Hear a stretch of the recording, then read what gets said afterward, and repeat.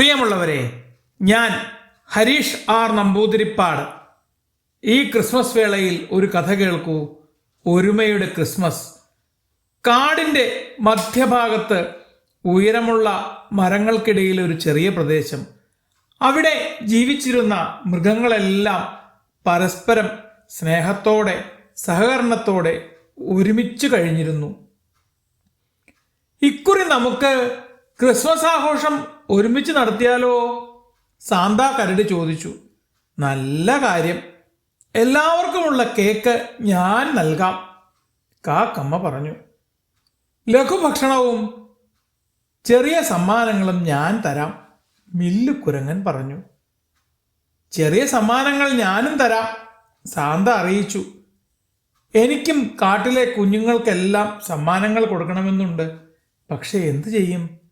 ചിന്നൻ മുയൽ സങ്കടത്തോടെ ചോദിച്ചു. എല്ലാവർക്കും സമ്മാനങ്ങൾ കൊടുക്കാനുള്ള സ്ഥിതിയായിരുന്നില്ല ചിന്നനുണ്ടായിരുന്നത്. അത് സാരമില്ല, നമ്മളെപ്പോലെയുള്ളവരുടെ കഴിവിനനുസരിച്ചുള്ള സമ്മാനങ്ങൾ ഒരുമിച്ച് കൂട്ടി എല്ലാവർക്കും കൊടുക്കാം, ജില്ലു മുയൽക്കുട്ടൻ പറഞ്ഞു. കാട്ടിലെ ഏറ്റവും കരുത്തനായ കരടി അമ്മാവൻ തൻ്റെ ശക്തി ഉപയോഗിച്ച് വലിയ ക്രിസ്മസ് ട്രീ സ്ഥാപിക്കാൻ തീരുമാനിച്ചു. ഞാൻ വലിയ ട്രീ ഉയർത്തും, എല്ലാവരും അതിന് ചുവട്ടിൽ ഒത്തുകൂടണം, കരടി പറഞ്ഞു. പക്ഷികൾ, അണ്ണാന്മാർ ഉൾപ്പെടുന്ന കുഞ്ഞുമൃഗങ്ങൾ എല്ലാവരും അവരവരുടെ കയ്യിൽ സൂക്ഷിച്ചു വച്ചിട്ടുള്ള വിത്തുകളും പഴങ്ങളും കൗതുക വസ്തുക്കളും കൊണ്ടുവന്ന് ട്രീ അലങ്കരിച്ചു. നാളിതുവരെ ആരും ഒട്ടും ശ്രദ്ധിക്കാത്ത ചെറിയ ജീവികൾ മടിച്ചാണ് സാധനങ്ങൾ കൊണ്ടുവന്നത്.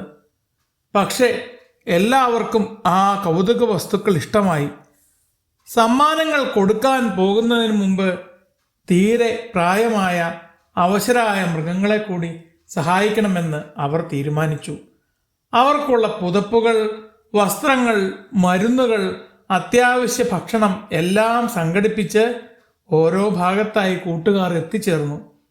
അവശരായി കിടക്കുന്ന അപ്പൂപ്പന്മാരെയും അമ്മൂമ്മമാരെയും അവർ അലങ്കരിച്ച് ആഘോഷത്തിന് തയ്യാറാക്കി. സമ്മാനങ്ങൾ നൽകി സന്തോഷിപ്പിച്ചു. മക്കളെ, നിങ്ങൾക്ക് നന്മ വരും, ഒരാപത്തും ഒരിക്കലും ഉണ്ടാവാതിരിക്കട്ടെ. പ്രായമായ മൃഗങ്ങൾ നിറകണ്ണുകളോടെ അവരെ അനുഗ്രഹിച്ചു. ക്രിസ്മസ് തലേന്ന് എല്ലാവരും ട്രീയുടെ ചുവട്ടിലെത്തിച്ചേർന്നു. വരുന്നവർ ചെറിയ ചെറിയ സമ്മാനങ്ങൾ കുഞ്ഞുങ്ങൾക്ക് കൊടുത്തു. മുതിർന്നവർ സമ്മാനങ്ങളും സന്ദേശങ്ങളും പരസ്പരം കൈമാറി. കാക്കമ്മ ഉണ്ടാക്കിയ വലിയ കേക്ക് അവർ ഒരുമിച്ച് മുറിച്ചു. സൗന്ദര്യ പിണക്കത്തിലായിരുന്ന മൃഗങ്ങൾ പോലും അതെല്ലാം മറന്ന് പരസ്പരം കേക്ക് കൈമാറി. ഇത് കണ്ട് ആമ മുത്തശ്ശി പറഞ്ഞു, മക്കളെ കണ്ടില്ലേ, സമ്മാനത്തിന്റെ വലിപ്പം ആരും കണക്കാക്കുന്നില്ല.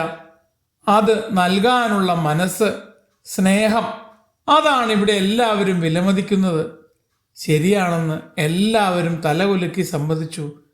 അവർ ഒരുമിച്ച് വട്ടം കൂടി നിന്ന് ഹാപ്പി ക്രിസ്മസ് ഗാനങ്ങൾ പാടി. ആ മുഖങ്ങളിൽ തെളിഞ്ഞ പുഞ്ചിരിക്ക് ആകാശത്തെ നക്ഷത്രങ്ങളേക്കാൾ തിളക്കമുണ്ടായിരുന്നു.